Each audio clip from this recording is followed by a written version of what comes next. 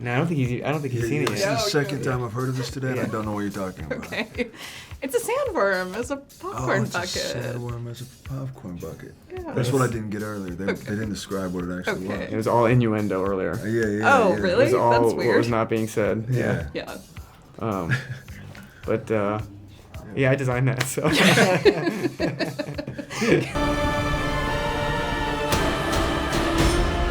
You will never lose me, Paul Atreides. Yeah, at the end of the first one, I don't think we knew. I think we were confident with it, but it was not a surefire deal that we were going to get to make this. So it was strange because the first movie simply being half the book is an incomplete arc, and some thought in the back of my mind was maybe I won't get to fill out the rest of this picture with Zendaya and Denis and the rest of the great cast. But we were fortunate to do it, and it was cool to put the still suit back on and be right back in Budapest, Abu Dhabi, Jordan. Feel like nothing had changed. Yeah, Wadi Room sounds amazing to have experienced twice now. Yeah, and this time I actually spent a night in the desert there overnight, which was amazing. What, in a tent? And they sort of have sort of permanent tent installations. Really? That's cool. They were amazing. That's awesome. Yeah. I mean, the first film was extraordinary. You know, I was an enormous fan of the film before ever knowing that I could be a part of it. You know, so that was such a great joy, and it was really taking on this character that was so different from anything that I'd done before, and although just possibility for play and for just unexpected things that I knew I had a lot of latitude to play, you know, and Denis is truly one of the greatest filmmakers alive right now, and so the opportunity of getting to be around him and be on his set and with all these incredible actors, it was just a blast. It's a real gift as an actor when you look in the mirror and you don't see yourself, and that's what I felt with this. And we had such an incredible hair and makeup team, and I spent a lot of time with them, you know, prepping, and then 3 hours every day in that chair, and another hour to cut me out of the cap at the end of the day. Crazy thing to see. Crazy. Yeah. Yeah. I think you have I have some just my pictures hair though, just poking at the top. the hair poking out the top. Yeah. Strange. That's good. It might not be something you can reflect on, but a lot of people have been talking about how you have sort of grown up in between these films, and Paul has to obviously grow up very quickly too. Did you feel that? Yeah, absolutely, absolutely, yeah. At 23, I was simply a boy, and no, but I do feel that too. You know, I think at the beginning of the first film, he's really, protected by his privilege, literally behind walls, and by the end of this movie, without giving too much away, he's fully assumed his position as a leader, and it's a wonderful thing to play as an actor. And I did get those years in between the films to grow up in my own life and get furniture and things like that. Yeah. So then you came back and you were like, I'm ready. The couch. It's been a while since you've had one of those nightmares. Tell me, what was it about? It's only fragments. Nothing's clear. Without giving too much away, I would say my references were less, sort of rock star figures and more people in movies or in culture that are sort of, I don't want to say shamelessly, but that just like own the position they're in. No irony, no nuance to the fact that they're where they're supposed to be, which wasn't the kind of thinking or roles or characters I gravitated to in my own life. I'm sure everybody's asking about the fight, but I wonder if you could talk me through just like what that was like, what the preparation, how you. I heard it was almost a continuous take too.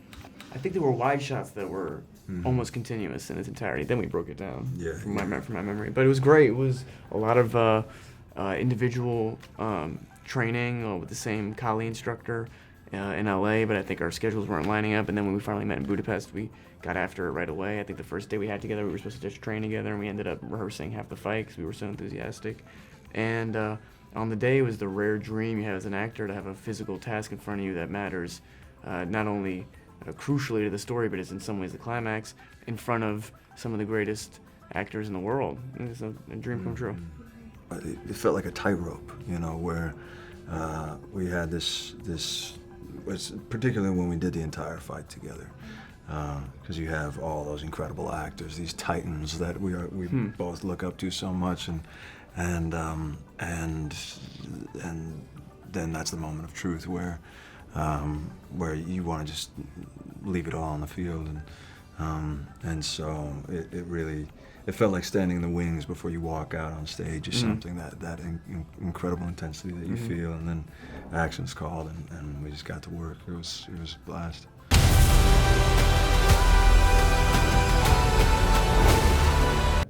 In some ways, I was ready for what the desert had in store for us based on the first movie, but it's definitely great to go back to the hotel. And even like my dad visited at some point. I came back to the hotel and I peeled off the still suit, and he's like, "Holy shit, he's dying!" Seeing all the sweat, just how nasty it was to just peel it off at the end of the day.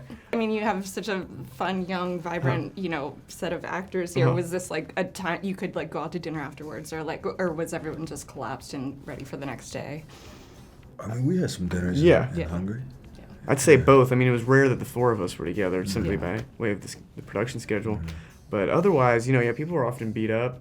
And I keep saying, I think Florence, Zendaya, Austin, and myself are sort of like the tamest bunch, There wasn't, at dinner was the latest school night we had, Yeah. Didn't get much more. Since the 2020s, baby.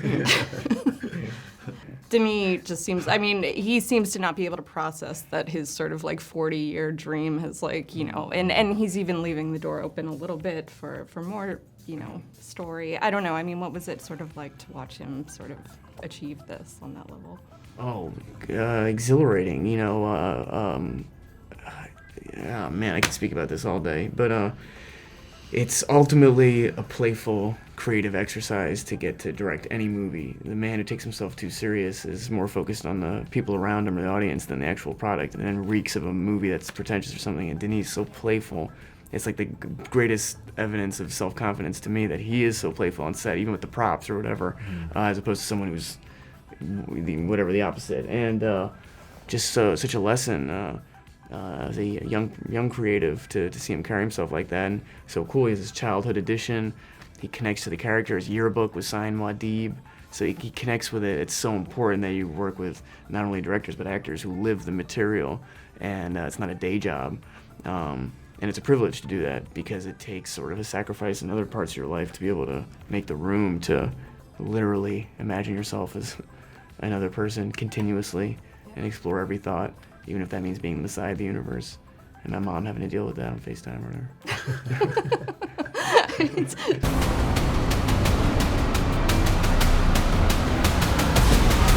The popcorn bucket has sort of caused a little bit of a frenzy. Are you proud owners of it yet? No, I don't think he's seen it This yet. is the second time I've heard of this today, and I don't know what you're talking about. Okay.